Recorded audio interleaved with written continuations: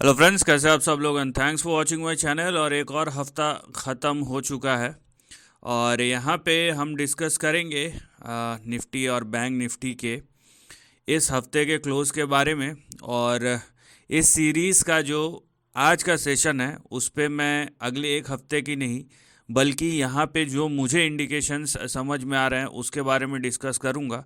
हाँ, अगर उसमें कुछ चेंज होता है फिर हम उससे डेवलप करेंगे, क्योंकि ये जो इंडिकेशन है ये आपको अगले आने वाले कई हफ्तों या इनफैक्ट कई महीनों का ट्रेंड बता रहे हैं। अब ये देखना है क्या ये ऐसा होगा या नहीं होगा, तो समझने वाली बात है कि क्या हो सकता है क्या नहीं हो सकता है। और यहाँ पे आपको जो ट्रेंड दिखेंगे वो कुछ अलग ही दिखेंगे या दिख सकते हैं। अभी देखना है कि वो होता है या नहीं होता है।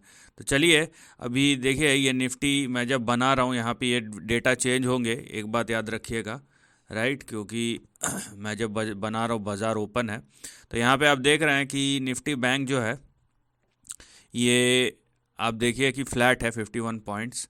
और निफ्टी जो है ये 17 पॉइंट, ये भी फ्लैट टू पॉजिटिव है लेकिन फ्लैट ही है। पिछले 5 दिनों में आप देखिए ये भी फ्लैट टू पॉजिटिव है यहाँ पे निफ्टी। और यहाँ पे बैंक निफ्टी की बात है, ये भी फ्लैट टू पॉजिटिव है पिछले 5 दिनों में।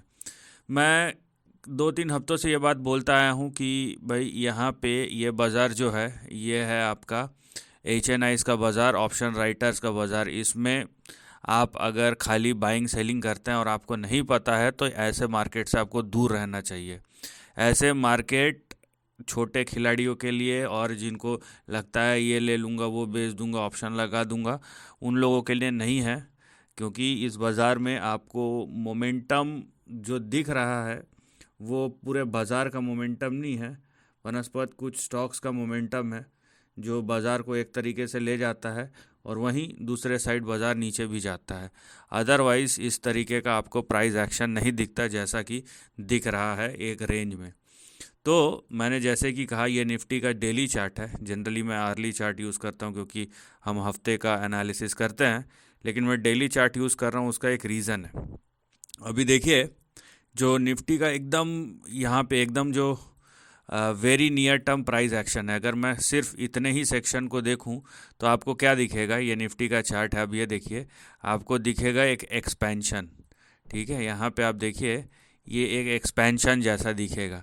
लेकिन इस टाइप के जो एक्सपेंशन होते हैं ना, यहाँ पे हो सकता है निफ्टी और ऊपर जाए, लेकिन इस टाइप के एक्सपेंशन थोड़े रिस्की होते हैं क्योंकि यहाँ पे दोनों साइड के मूव्स जो हैं वो कहीं ना कहीं एक्सपैंड होते हैं और वोलेटिलिटी वापस आ जाता है ट्रेंड में। तो इस टाइप के एक्सपेंशन को देखना समझना थोड़ा रिस्की है। और इस टाइप के एक्सपेंशन में अगर आप पार्टिसिपेट करते हैं, और जैसा कि मैंने कहा कि अगर आप प्रोफेशनल नहीं हैं तो ऐसे प्राइस एक्शन से दूर रहिए।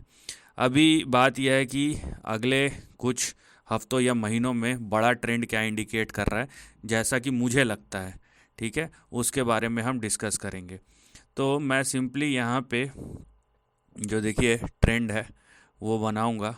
तो इस तरीके का आप देखिए, ठीक है, ये अपर एंड ऑफ द रेंज है और वहीं मैं जाऊंगा, ये देखिए ये lower and of the range है, राइट। और ये पिछले आप देख सकते हैं 2022 जून से लेके अभी तक का चार्ट है। तो ये करीबन यहाँ पे 1 साल 8 महीने 1 साल 10 महीने का ये चार्ट है, ठीक है। अब इस चार्ट में आपको क्या दिखता है, इस चार्ट में आपको ये दिखता है कि निफ्टी का जो प्राइस है वो कहीं ना कहीं अपने रेजिस्टेंस के पास है। तो यहाँ पे क्या हो रहा है उससे मुझे फ़र्क नहीं पड़ता है, क्योंकि बड़ा ट्रेंड जो है वो यहाँ पे ये टाइम करेक्शन, प्राइस करेक्शन से ज़्यादा एक टाइम करेक्शन जैसा ट्रेंड मुझे दिखाई देता है जो अगले आने वाले हफ्तों में शुरू हो सकता है, राइट। मैं यहाँ पे प्राइस करेक्शन इसलिए नहीं बोलूँगा क्योंकि देखिए एफआईआई की सेलिंग हो रही है लेकिन डीआईआई एक तरीके से खरीद रहे हैं। इससे पहले भी यही चीज़ हुआ था। आप देखिए 2022 से लेकर 2023 तक ये लगभग जो करेक्शन या कंसोलिडेशन चला था 119 दिन, 10% का करेक्शन हुआ था इंडेक्स में, लेकिन यहाँ पे इसको हम टाइम करेक्शन बोलेंगे रादर दैन प्राइस करेक्शन। और वही एक चीज़ आपको अगर यहाँ पे शुरू हो गया तो देखिए इतना पोर्शन पूरा खा जाएगा। मतलब आगे आने वाले कुछ महीने बाज़ार में यहाँ पे और एक करेक्शन हो सकता है। अब ये टाइम करेक्शन होगा या प्राइस करेक्शन, वो देखने वाली बात है। मैं टाइम करेक्शन के हित में हूँ। टाइम के साथ प्राइस भी करेक्ट होगा, लेकिन प्राइस ज़्यादा वही 8-10% या 10-11% करेक्ट होगा, लेकिन यहाँ पे टाइम लेके यहाँ पे दिखेगा। तो इस तरीके का मुझे कुछ समझ में आ रहा है। और फ़िलहाल अगर ये चीज़ को नहीं होना है तो निफ्टी को यहाँ पे देखिए आप, करीबन 22,550, 535 है ना, तो 22,535 इस लेवल के ऊपर जाना पड़ेगा। ठीक है, निफ्टी को अगर इसको ब्रेकआउट करना है इस रेंज को। अदरवाइज़ यहाँ पे जो निफ्टी का इंडिकेशन है वो कुछ इस तरीके से है कि आने वाले कुछ महीनों या हफ्तों या महीनों में ये यहाँ पे देखिए 19,400 से लेके 20,000 के बीच में ये करेक्ट होते हुए आएगा। तो यहाँ पे मैं वही बोल रहा हूँ, ज़्यादा करेक्शन नहीं है, 2,000 पॉइंट का करेक्शन। लेकिन और इससे आप ये भी अंदाज़ा मत लगाइए कि पूरा बाज़ार गिरेगा, नहीं। बाज़ार ब्रॉड मार्केट अपना परफॉर्म करते रहेगा, जैसे सेक्टोरल चर्न या स्टॉक चर्निंग हो रहा है ना, वैसा होते रहेगा। लेकिन यहाँ पे आपको दिखेगा कि मेन लाइन जो इंडाइसेस है वो कहीं ना कहीं करेक्ट होगा, और जो शेयर बीच बीच में करेक्ट होंगे वो बहुत तेज़ी से करेक्ट होंगे, ये भी बात है। ठीक है, ये ऐसा नहीं है कि इंडेक्स यहाँ पे कंसोलिडेट करेगा, उस बीच में आपको बहुत सारे शेयर बहुत बड़े तरीके से करेक्ट होते हुए भी नज़र आएंगे। ये एक परसेप्शन है यहाँ पे, ये एक प्रोबेबिलिटी की मैं बात कर रहा हूँ, और ये प्रोबेबिलिटी होगा या नहीं होगा अभी हमको पता ही नहीं है। ठीक है, यहाँ पे एक शुरुआत जैसा मुझे लग रहा है, इसीलिए मैं उस चीज़ को इंडिकेट कर रहा हूँ आपको, थोड़ा सा टाइम ले रहा हूँ ताकि आपको समझ में आए।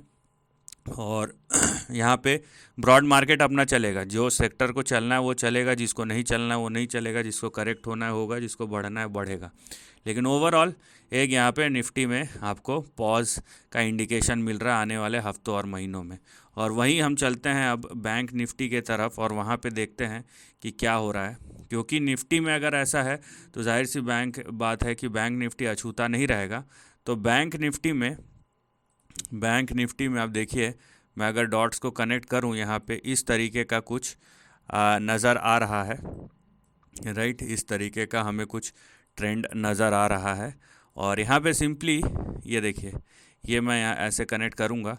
अब ये देखते हैं कि आगे होता क्या है, क्योंकि बैंक निफ्टी ने अंडर परफॉर्म किया है निफ्टी को, नो डाउट अबाउट इट। लेकिन अब बैंक निफ्टी का जो है, अगर ये अपसाइड है और डाउन साइड नहीं होता है, तो बैंक निफ्टी को लगभग 49,600 के ऊपर जाना पड़ेगा। और अगर ऐसा नहीं होता है तो बैंक निफ्टी का जो अगला सपोर्ट है वो आएगा 41,600 और 42,300 के बीच में। तो ऐसा कुछ आपको वहाँ पे भी दिखेगा। और यहाँ पे भी देख लीजिए, अगर मैं करेक्शन की बात करूँ तो ये वही 9-10% का ही करेक्शन है। तो मैं वही बोल रहा हूँ, मैं जिसके फेवर में हूँ, या फेवर वाली बात नहीं है, बात यह है कि मार्केट आपको क्या इंडिकेट कर रहा है। ठीक है, मार्केट में स्ट्रेंथ है, नो डाउट। डोमेस्टिक फ्लोज इतने हाई है, इसलिए बाज़ार टिका हुआ है। नहीं तो जिस तरीके के FII फ्लोज हुए हैं, वो अगर 10 साल पुराना बाज़ार रहता तो अभी तक जो निफ्टी है ना, वो 30-40% नीचे चले गया रहता आराम से। ठीक है, तो इस बात को आप समझिए। इसीलिए करेक्शन का मतलब आप ये मत समझिए कि पूरा बाज़ार गिरेगा। करेक्शन के अलग अलग डायनेमिक्स में अलग अलग मतलब होते हैं। और यहाँ पे देखिए, बात यह है कि ये एक इंडिकेशन है जो मुझे समझ में आ रहा है, लेकिन ऐसा होगा ये ज़रूरी नहीं है। और इसकी क्लैरिटी हमें आगे आने वाले हफ्तों या महीनों में ही पता चलेगा, क्योंकि ये जो ट्रेंड है ये एक दिन में या एक हफ्ते में या 2 हफ्ते में ख़त्म नहीं होने वाला। ये 1 महीने से 3 महीने का जो टाइम पीरियड है, उस बीच में हमें क्लैरिटी आएगी कि हो क्या रहा है या क्या हो सकता है।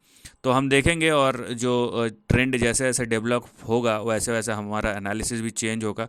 लेकिन एक thought of food for thought मिल जाता है कि आगे जो डायरेक्शन है वो किस तरीके का दिखाई देता है, और हमें उस तरीके से एक आइडिया मिल जाता है। उसमें जैसे जैसे चेंजेस होंगे, जैसे कि हम बोलते हैं ना कि एक प्लान ऑफ आइडिया होना चाहिए। प्लान में जैसे जैसे आगे दिक्कतें आएंगी, वैसे वैसे प्लान में चेंजेस भी होंगे। लेकिन फ़र्स्ट ऑफ ऑल एक प्लान तो होना चाहिए। तो एक इंडिकेशन मिल रहा है बाज़ार में, अभी देखते हैं कि आगे क्या हो रहा है या क्या हो सकता है।